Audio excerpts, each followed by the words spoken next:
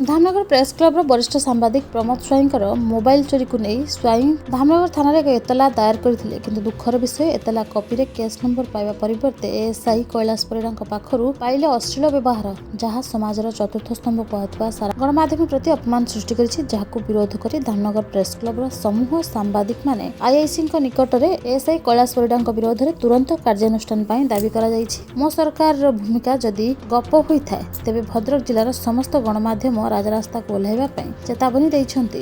संपुक्त अधिकारी विरुद्ध में आम एतला देवाई धामनगर प्रेस क्लब एवं संपुक्त जे दुर्व्यवहार शिकार होती प्रमोद स्वाई आम मिलित भाव बर्तमान धामनगर थाना पहुँचीचु।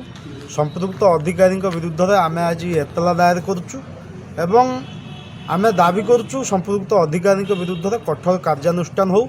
सरकार मो सरकार कहते जे जो मैंने अभियोग करने थाना को आसवे से पुलिस अधिकारी मैंने भल व्यवहार देखाइबे।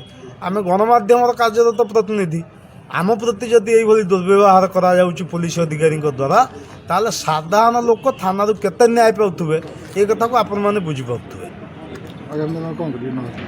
आम कार्यानुष्ठान दाबी करछु। कार्यानुष्ठान जदि किसी विलम्ब हुए ताले आम परवर्ती पदक्षेप गणतांत्रिक उपाय निश्चय नब। North zone Akshay Behera report कामयाब टीवी।